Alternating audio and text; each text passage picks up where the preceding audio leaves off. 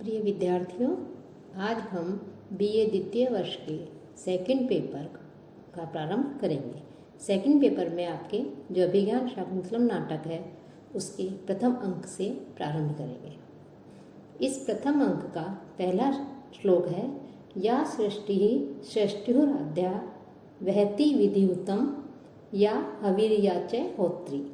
ये द्वे कालम विधत्तः श्रुति विषय गुणा या स्थिता व्याप्य विश्वम याम आहु सर्वबीज प्रकृति ही इति यया प्राणिनः प्राणवन्तः प्रत्यक्षाभिः प्रपन्नः तनुभिः अवतु ताभिः अष्टाभिः ईशः। अब कह रहे हैं कि ये कालिदास के द्वारा रचा गया है और ये पहला अंक का जो पहला श्लोक है, इस श्लोक में जो भगवान शिव हैं उनकी स्तुति की गई है। उनकी जो 8 प्रकार की मूर्तियां बताई गई हैं भगवान शिव की, उनकी स्तुति कर रहे हैं। तो कि भगवान जो ब्रह्मा जी हैं उनके लिए कह रहे हैं कि जो ब्रह्मा जी की या सृष्टि ही सृष्टुराध्या कि सृष्टु की जो ब्रह्मा जी हैं उनकी आध्या सृष्टि की जो सर्वप्रथम सृष्टि है, अर्थात विधाता ने सर्वप्रथम जिसकी सृष्टि की, जिसकी रचना की, अर्थात जलमयी, क्या था, जलमयी मूर्ति। या विधिहुतम हविः वहति, और या जो विधिहुतम विधि पूर्वक दी गई हवि को वहति वहन करती है, अर्थात भगवान शिव की अग्निमयी मूर्ति। याच होत्री, और जो यजमान स्वरूपा है। ये द्वे कालम विधत्त है, और जो दिन और रात रूपी जो काल है उनका विधान करती है, अर्थात यजमान स्वरूपा है कि यजमान रूपी मूर्ति, और जो दोनों कालों का विधान करने वाली सूर्य और चंद्र है, जिनके द्वारा जो है उसका विधान होता है समय का। तो ऐसे सूर्य रूपी और चंद्र रूपी भगवान शिव की मूर्ति। और श्रुति विषय गुणा, जो श्रवणेन्द्रियों के विषय शब्द रूप गुण की आश्रयभूता है, जो सारे विश्वम व्याप्य स्थिता, और जो सारे संसार को व्याप्त करके स्थित है, अर्थात आकाश है। आकाश का गुण बताया है शब्द, आकाश का गुण शब्द है, इसलिए श्रवणेन्द्रिय का के विषयभूत जो शब्द गुण वाली है, ऐसी मूर्ति, और जो सारे संसार को व्याप्त करके, सारे संसार को ढक रखा है, उसको व्याप्त करके स्थित है, ऐसी भगवान शिव की आकाश स्वरूपा मूर्ति। तो ऐसी आकाश रूपी मूर्ति, और याम जिसको सर्व बीज प्रकृति ही इति आहु, कि सारे बीजों का कारण कहते हैं, कि जिसको विद्वान लोग, महापुरुष लोग सारे बीज, सभी प्रकार के धान्यादि जो हैं, ऐसे बीजों की उत्पत्ति का कारण कहते हैं, ऐसी भगवान शिव की पृथ्वीमयी मूर्ति। तो ये पृथ्वीमयी मूर्ति के लिए कहा है कि जिसमें सभी प्रकार के बीज आदि की उत्पत्ति होती है। जया, और जिसके द्वारा, अर्थात वायु रूपी मूर्ति से प्राणिन है, कि जो समस्त जो प्राणधारी जीव है वो प्राणवंत है, प्राणवान कहे जाते हैं, प्राणवान है, कि जिसके द्वारा समस्त प्राणी जीवित रहते हैं, जीवन धारण करते हैं, जीवित रहते हैं, उसके किसके द्वारा, अर्थात श्वास के द्वारा, प्राणवायु के द्वारा। तो ऐसी भगवान शिव की वायु रूपी मूर्ति, उसकी भी स्तुति कर रहे हैं।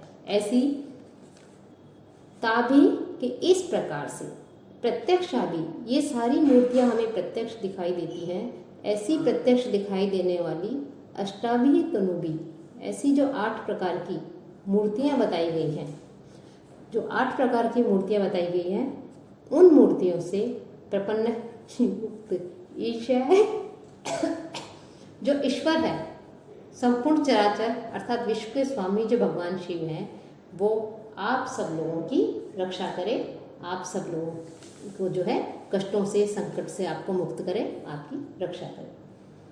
कि भगवान शिव की जलमयी मूर्ति, जो कि विधाता की सर्वप्रथम सृष्टि मानी गई है, विधि विधान पूर्वक हवन की गई जो सामग्रियां हैं, उनको देवताओं के समूह पहुंचाने वाली अग्नि स्वरूपा मूर्ति, भगवान शिव की यजमान स्वरूपा मूर्ति, और समय का विधान करने वाली सूर्य एवं चंद्र रूपी मूर्तियां, शब्द जिसका गुण है ऐसा आकाश रूपी जो मूर्ति है वो जो कि सारे संसार को व्याप्त करके स्थित है। पृथ्वीमयी मूर्ति जो इसमें सभी प्रकार के जो हैं अन्नादि जो हैं उनके उत्पत्ति का कारण कही गई है, ऐसी पृथ्वीमयी मूर्ति, और जिससे संसार के सभी चेतन प्राणी जीवन धारण करते हैं, जीवित रहते हैं, प्राणवान कहलाते हैं, ऐसी भगवान शिव की वायु रूपी मूर्ति। तो ये जो 8 प्रकार की मूर्तियां हैं ये हमें प्रत्यक्ष रूप से दिखाई दे रही हैं, दृश्यमान है। तो इन 8 अष्ट मूर्तियों से युक्त भगवान शिव आप सब लोगों की क्या करें, रक्षा करें। किस नाटक को देखने वाले जो दर्शक हैं, पढ़ने वाले जो पाठक हैं और जो रंगमंच पर आकर के इसका अभिनय कर रहे हैं, उन सबकी जो है रक्षा करें। कि ये प्रथम अंक का जो पहला श्लोक है इसे हम नांदी पाठ भी कह सकते हैं, कि महाकवि कालिदास ने इसे नांदी पाठ के रूप में प्रस्तुत किया है। कि नांदी पाठ का अर्थ है नंदंती देवा अत्र इति नांदी, अर्थात जहाँ पर देवता प्रसन्न होते हैं, जिसके द्वारा देवता प्रसन्न होते हैं वो नांदी है। कि अपनी स्तुतियों के द्वारा देवता लोग प्रसन्न होते हैं, इसलिए उसे नांदी कहा जाता है।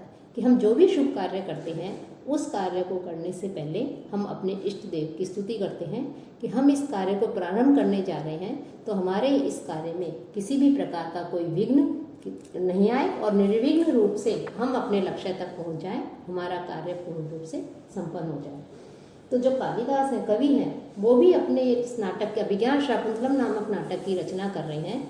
तो रचना करते हुए वो कह रहे, वो भी जो है ईश्वर को, अपने इष्ट देव को, शिव को प्रसन्न करने के लिए उनकी स्तुति कर रहे हैं कि उनका नाटक जो है वो निर्विघ्न रूप से समाप्त हो जाए। तो नाटक की निर्विघ्न समाप्ति के लिए सर्वप्रथम जो स्तुति की जाती है उसे नांदी कहते हैं। कि जैसा कि साहित्य दर्पण में भी इसका लक्षण दिया है नांदी का, आर्षि वचन संयुक्ता स्तुति ही यस्मात् प्रयुज्यते देव द्विज नृपादीनाम तस्मात् नांदी की संगीता। कि अर्थात देव द्विज नृप आदि की इसके द्वारा आशीर्वादात युक्त स्तुति की जाती है, इसलिए इसे नांदी कहा जाता है। कि संस्कृत साहित्य में चाहे नाटक हो या और भी ग्रंथ हो, लगभग सभी ग्रंथों का प्रारंभ जो है नांदी श्लोकों से ही किया जाता है, नांदी पाठ से ही किया जाता है। इसे हम मंगलाचरण भी कह सकते हैं। मंगलाचरण प्रायः 3 प्रकार का होता है, आशीर्वादात्मक, नमस्कारात्मक और वस्तु निर्देशात्मक। ये जो कालिदास का जो नाटक है इसकी जो रचना है ये आशीर्वादात्मक है। साथ ही इस काव्य की विशेष, ये जो श्लोक है इसकी विशेषता यह भी है कि यहाँ इसमें संकेत रूप में जो है इस नाटक का जो है कथानक भी बतला दिया गया है। कि या षष्ठु आध्या षष्ठी, इसके द्वारा जो है उन्होंने ब्रह्मा की सर्वप्रथम सृष्टि अर्थात शकुंतला के विषय में बता दिया। क्योंकि शकुंतला जो अत्यधिक सुंदर है, इतनी सुंदर स्त्री रत्न की सृष्टि का निर्माण नहीं हुआ था उस समय, तो कह रहे हैं कि ब्रह्मा की सर्वप्रथम सृष्टि शकुंतला। तो इसी प्रकार से या विधि उत्तम हवि वहती, इसके द्वारा उन्होंने शकुंतला और दुष्यंत के विषय में बताया है। याच्यहोत्री, इसमें कर्ण मुनि का ग्रहण किया है। ये देव कालम विधत्त है, इसके द्वारा प्रियमवदा और अनसुईया की ओर संकेत किया है। श्रुति विषय गुणा, इसके द्वारा जो है शकुंतला को जो मेनका आकाश मार्ग से आकर के ले जाती है उसके संकेत दिया है। विश्वम व्याप्य स्थिता, ऐसा कहकर के शकुंतला के पतिव्रत्य, सौंदर्य आदि गुणों से विश्व को व्याप्त करके स्थित होने का आभास दिया है। साथ ही आकाश में विचरण करने वाली सानुमति की ओर भी इसमें संकेत दिया गया है। याम आहु सर्वबीज प्रकृति ही थी, इसके द्वारा जो है जो समस्त जीवों के उत्पत्ति स्थान है अदिति और कश्यप, इनकी सूचना भी प्रदान की गई है। साथ ही शकुंतला से जो है जो भरत उत्पन्न हुआ था उसका पुत्र, उसका भी संकेत दिया गया है।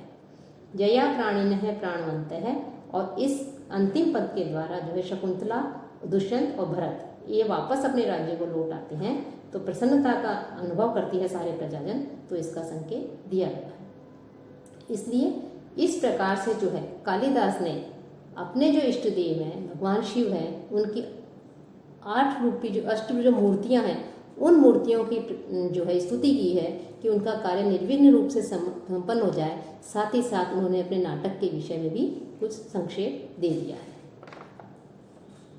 और ये जो नाटक है नांदी गीत का जो प्रारंभ वाला जो मंत्र है ये नांदी पाठ कहलाता है, और इसमें श्रद्धरा छंद है। और जो श्रद्धा छंद होता है उसमें क्रमशः मगण, रगण, बगण, नगण और 3 यगण होते हैं।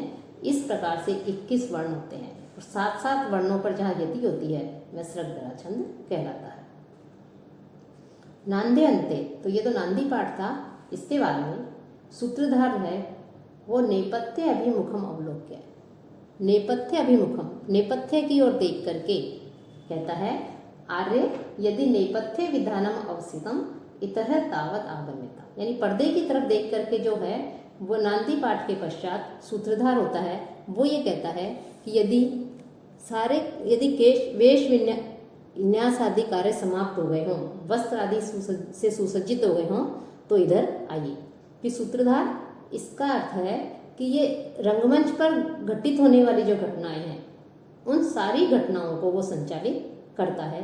उनको जो है एक तरह से रंगभूमि में आकर के, रंगमंच पर आकर के जो है कथा वस्तु का बीजारोपण करता है और साथ ही साथ अन्य नाटकीय पात्रों को आवश्यक निर्देश देता है। तो ये सूत्रधार कहलाता है कि रंगमंच पर जो घटना घटित होने वाली है उनको और जो सारी घटनाओं को एक सूत्र में पिरोता है, उन्हें संचालित करता है, तो उसे सूत्रधार कहते हैं। तो पर्दे के पीछे से जो है वो नेपथ्य कहते हैं, एक तरह पर्दा जो होता है उसके पीछे होने वाला कार्य, कि यदि सारे कार्य हो गए हों तो जो है इधर आए। नटी प्रवेश करके कहती है आर्यपुत्र या मस्मी, कि हे आर्यपुत्र ये मैं हूँ। सूत्रधार कहता है आर्य अभिरूप भूयिष्ठा परिषदियां अद्य खलु कालिदास ग्रथित वस्तुना अभिज्ञान शाकुंतल नामधेयेन नवेन नाटकेन उपस्थितव्यम अस्माभिः। हे आर्य अभिरूप भूयिष्ठा परिषदियां, कि ये जो सभा है कि जहाँ हम ये नाटक प्रस्तुत करने जा रहे हैं रंगमंच पर, यहाँ जो है बड़े बड़े विद्वानों की सभा है। यहाँ बड़े बड़े विद्वान यहाँ पर उपस्थित हुए इस नाटक को देखने के लिए। तो अद्य खलु, तो आज हम जो है क्या प्रस्तुत करने जा रहे हैं, एक कालिदास ग्रथित वस्तुना, कालिदास के द्वारा विरचित अभिज्ञान शाकुंतल नामधेयेन, अभिज्ञान शाकुंतल नाम का नवीन नवीन जो नाटक है उसके साथ में उपस्थितव्यस्मा भी हम यहाँ पर उपस्थित होना है, उस नाटक को हमें यहाँ प्रस्तुत करना है। तत्प्रति पात्रम आध्यताम यत्न है, इसलिए प्रत्येक पात्र के ऊपर हमें ध्यान देना है। किस रंग में जो भी पात्र आकर के अपना अभिनय करेंगे उनके ऊपर अधिक ध्यान देने की आवश्यकता है, क्योंकि जिस नाटक को देखने आए हैं वो सारे विद्वान गण हैं, महापुरुष हैं। नटी कहती है सुविहित प्रयोगतया आर्यस्य न किमपि परिहास्यते, कि हे आर्य, कि जो नाटक का अभिनय होने किस प्रकार से किया जाता है, नाटक को कैसे प्रस्तुत करना है, उसकी पूरी व्यवस्था को जो है कर लिया गया है। इसलिए हमें उपहास का अवसर नहीं मिलेगा कि हमारा यहाँ उपहास नहीं बनाया जाएगा। हमारा नाटक जो है अब पूर्ण रूप से संपन्न होगा और सारे विद्वान लोग भी उस नाटक को देख करके प्रसन्न होंगे। सूत्रधार कहता है कि फिर आर्य कथयामि ते भूतार्थम, कि मैं जो है तुम्हें वास्तव में जो सच बात है, जो सच्चाई है उसके विषय में कहता हूँ कि वस्तुतः क्या है, कि सत्य कहता हूँ। अपरितोषाद विदुषाम न साधु मन्ये प्रयोग विज्ञानम बलवत अपि शिक्षितानाम आत्मन्ये अप्रत्ययम चेत है, कि विदुषाम अपरितोषाद, जब तक विद्वान लोग संतुष्ट नहीं हो जाएं तो उनके विद्वानों के संतुष्ट होने तक प्रयोग विज्ञानम, कि हम जो अपने नाटक का जो अभिनय यहाँ कर रहे हैं, नाटक का अभिनय करेंगे तो उसको जो है साधु न मन्ये, मैं उससे जो है अपने आप को संतुष्ट नहीं मानता हूँ, उसे सफल नहीं मानता हूँ। कि हम यहाँ पर अपना नाटक प्रस्तुत करने आए हैं, तो जब तक विद्वज्जन उस नाटक को देख करके संतुष्ट नहीं हो जाएं तब तक मैं अपने नाटक में किए जाने वाले जो अभिनय है यहाँ पर पात्रों के द्वारा, उसको जो है पूर्णतः सफल नहीं मानता। बलवत अपि शिक्षितानाम, क्योंकि बलवत अपि शिक्षितानाम, भली प्रकार से निपुणता को प्राप्त होने पर भी चेत है, कि जो विद्वान पुरुषों का चित्त, विद्वानों का जो हृदय होता है, चित्त होता है, वो आत्मनि अप्रत्ययम, अपने विषय में सदैव अविश्वासी ही होता है। कि जब नटी ये कहती है कि सूत्रधार को ये कहती है कि यहाँ पर जो है सारे कार्य पूर्ण रूप से सुव्यवस्थित हैं, सभी अभिनय में अपने कुशल हैं, तो हमें हास्य का पात्र नहीं होना पड़ेगा। तब सूत्रधार कहता है कि तुम्हारा कथन सत्य हो, लेकिन जब तक ये विद्वान लोग हैं, दर्शक लोग हैं जो देखने आए हैं, ये हमारे अभिनय को देख करके प्रसन्न नहीं हो जाए, संतुष्ट नहीं हो जाए, तब तक मैं अपने नाटक के अभिनय से वो पूर्णतया सफल नहीं मान सकता। क्योंकि चाहे कितने भी बड़े विद्वान हो, कितना भी पूर्ण शिक्षित लोग हो, वो भी यदि विद्वानों के समक्ष किसी अपनी बात को लेकर के उपस्थित होता है, उनके समक्ष कुछ प्रदर्शन, अपनी कला का प्रदर्शन करता है, तो उसे अंत तक यह संदेह बना ही रहता है कि न जाने कि ये लोग मेरी कला से संतुष्ट होंगे या नहीं होंगे। तो ये सूत्रधार के कहने का तात्पर्य है कि अभिनय जो है वो की कसौटी तो दर्शक होते हैं और उसे देखने वाले विद्वान लोग हैं। यदि विद्वान लोगों को नाटक, वो अभिनय पसंद आता है, वो उसकी प्रशंसा करते हैं, तो वो सफल हो जाता है। अन्यथा जो है उपहास का पात्र भी बनना पड़ता है। तो सूत्रधार भी ये कह रहा है कि अभिनय की कसौटी तो दर्शक हैं, और दर्शक भी विद्वान लोग, यदि ये लोग जब तक प्रसन्न नहीं हो जाएंगे तब तक मैं भी जो है एक तरह से संतुष्ट नहीं हो पाऊंगा। नटी आर्य एवं एतत्, नटी जो कहती है वो कहती है कि हे आर्य एवं एतत्, कि ऐसा ही है, कि हे आर्य ऐसा ही है कि वास्तव में जब तक विद्वान संतुष्ट नहीं हो जाए तब तक जो है हमें भी जो है अपने कार्य को सफल नहीं मान सकते हैं। अनंतर करणीयम आर्य आज्ञापयतु, अब आगे क्या करना है उसकी आज्ञा दीजिए। सूत्रधार कहता है किम अन्यत अस्या परिषद है श्रुति प्रसादनत है, कि सभा में उपस्थित जो विद्वान लोग हैं, सदस्य जो लोग हैं, उनको, दर्शक जो लोग हैं, उनको श्रुति प्रसादनत है, उनको प्रसन्न करने के अतिरिक्त और क्या कार्य करना है। तद इमामेव तावत अचिर प्रवर्तम उपभोगक्षमम ग्रीष्म समयम अधिकृत्य गीयता, तब इस समय क्योंकि ग्रीष्म ऋतु है तो ग्रीष्म ऋतु को लक्षित करके तुम जो है कोई गीत गाओ। क्योंकि नाटक जो है उसको प्रारंभ होने में अभी कुछ समय है, तो दर्शकों को जोड़े रखने के लिए कि दर्शक जो है नीरस नहीं हो जाए, उनको नीरसता नहीं लगे, तो उनको जोड़े रखने के लिए वो जो है कह रहे हैं सूत्रधार नटी से कि तुम जो है इस समय ग्रीष्म ऋतु का समय है तो तुम कोई गीत सुनाओ। सुभग सलिल अवगाहा पाटल संसर्गी सुरभि वनवाता प्रच्छाय सुलभ निद्रा दिवसा परिणाम रमणीय।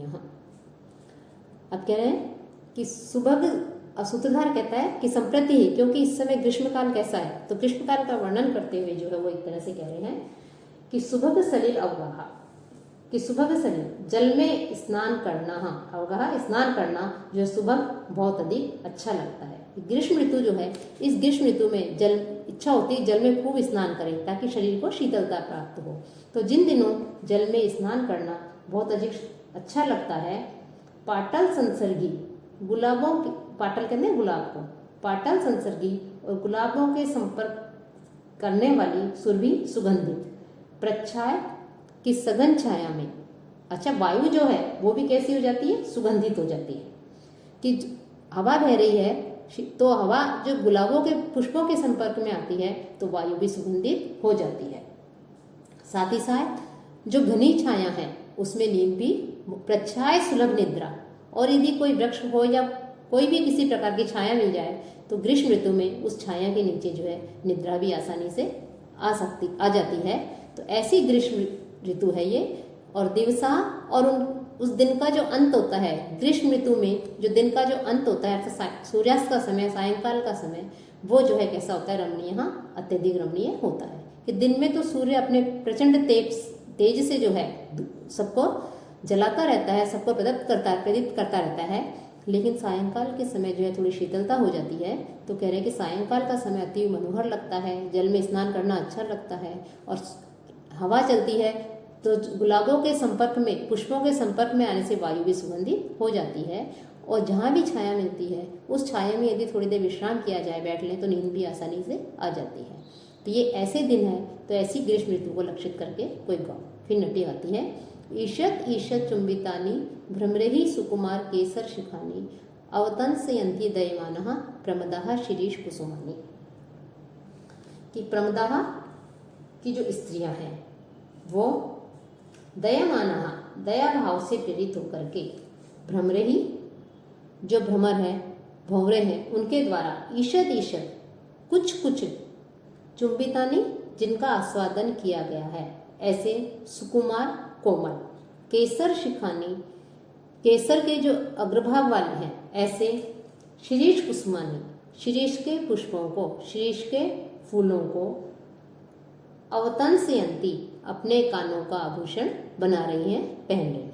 कि शिरीष के पुष्प जो हैं वो ग्रीष्म ऋतु में आते हैं, तो कह रहे हैं कि ऐसे इस ग्रीष्म ऋतु में सब तरफ जो है शिरीष के पुष्प खिले हुए हैं, विकसित हैं। तो उन शिरीष के पुष्पों को जो स्त्रियां हैं, जो मदमस्त जो हैं, तरुणियां हैं, वो उन पुष्पों को तोड़ रही हैं, वो भी दया से युक्त होकर के। और भ्रमरों के जो भ्रमर हैं, जिन्होंने जिसका आस्वादन किया है, अर्थात शीश के पुष्पों में जो पराग होता है, उस पराग को भ्रमरों ने ग्रहण किया है, ऐसे उन पुष्पों को जो स्त्रियां हैं, वो स्त्रियां उन शीश के पुष्पों को तोड़ करके जो है अपने कानों का क्या कर रही हैं, आभूषण बना रही हैं। तो इस प्रकार से ऐसी ये ग्रीष्म ऋतु है। साथ ही आगे जो है फिर वो कहती है सूत्रधार, आर्य साधु गीतम, कि हे आर्य तुमने अच्छा गीत गाया। अहो रागबद्ध चित्त वृत्ति आलिखित सर्वतो रंग है, कि तुम्हारे संगीत का जो राग है उससे आकर्षित होकर के सारे दर्शक चित्रलिखित अर्थात जड़ से हो गए हैं। कि तुमने ग्रीष्म ऋतु का इतना सुंदर वर्णन किया है कि सारे जो दर्शक हैं उन्हें ऐसा लगा कि मानो ग्रीष्म ऋतु उनके सामने ही है, और ग्रीष्म ऋतु में जो जो घटित होता है वो सारी घटनाएं उनके सामने आ रही हैं, जिसका तुमने वर्णन किया है। तत् इदानीम कथमत प्रकरणम आश्रित्य एनम आराध्यामि। तो अब ये जड़ हो गए हैं, बिल्कुल चित्र लिखित से हो गए हैं, तो हम कौन सा प्रकरण प्रारंभ करके हम इन्हें जो है प्रसन्न करें। तो नटी कहती है, ननु आर्य मिश्र ही प्रथम एवं अज्ञप्तम अभिज्ञान शाकुंतलम नाम पूर्व नाटकम प्रयोगे अधिक्रियताम इति। तो नटी कहती है कि आपके द्वारा पहले ही ये बता दिया गया है कि अभिज्ञान शाकुंतल नाम का जो नाटक है, उस नाटक का यहाँ पर अभिनय किया जाना है। सूत्रधार कहता है, आर्य सम्यक अनुबोधित तो अस्मि, कि तुमने मुझे बिल्कुल ठीक याद दिलाया। अस्मिन क्षणे विस्मृतम खलु मया, इस समय तो मैं भूल ही गया था कि मैं बता चुका हूँ कि मुझे यहाँ पर क्या प्रस्तुत करना है, मैं यहाँ क्यों उपस्थित हुआ हूँ। तवास्मी गीत रागेण हारेणा प्रसभम ऋत है एशय राजेव दुष्यंत है सारंगेण अतिहंसा। कि कह रहे हैं कि किस प्रकार मैं सब कुछ भूल गया हूँ, तुम्हारे गीत के प्रति मैं कैसे आकृष्ट हो गया हूँ। कि हारेणा की मनोहर, तब गीत रागेण तुम्हारे इस गीत संगीत के राग से, अतीर हंसा अत्यधिक वेगशाली, हारिणा सारंगेण कि जो मृग होता है उस मृग के द्वारा जैसे बलपूर्वक प्रसवम बलपूर्वक हृतम हरण कर लिया गया था। किसका? एशय राजा दुष्यंत, जो दुष्यंत है उस दुष्यंत का जिस प्रकार हिरण के द्वारा हरण कर लिया गया था, वैसे ही तुम्हारे इस मनोहर गीत राग के द्वारा मेरे चित्त का जो है हरण कर लिया गया है। कि तुम्हारे मनोहर चित्त को आकर्षित करने वाला जो संगीत है, उस संगीत के राग से अत्यंत तेज गति वाले दूर तक हरण करने वाले मृग के द्वारा ये जो राजा दुष्यंत है उसके समान मैं भी बलपूर्वक हरण कर लिया गया हूँ। कि नटी के गीत राग से सूत्रधार इतना विमुग्ध हो गया था कि वह नाटक का नाम भी भूल गया था कि उसे कौन सा नाटक प्रस्तुत करना है, उसे इस बात का ध्यान नहीं रहता। तब नटी उसे याद दिलाती है कि आपने पहले ही बता दिया कि हमें अभिज्ञान शाकुंतलम नामक नाटक यहाँ पर प्रस्तुत करना है।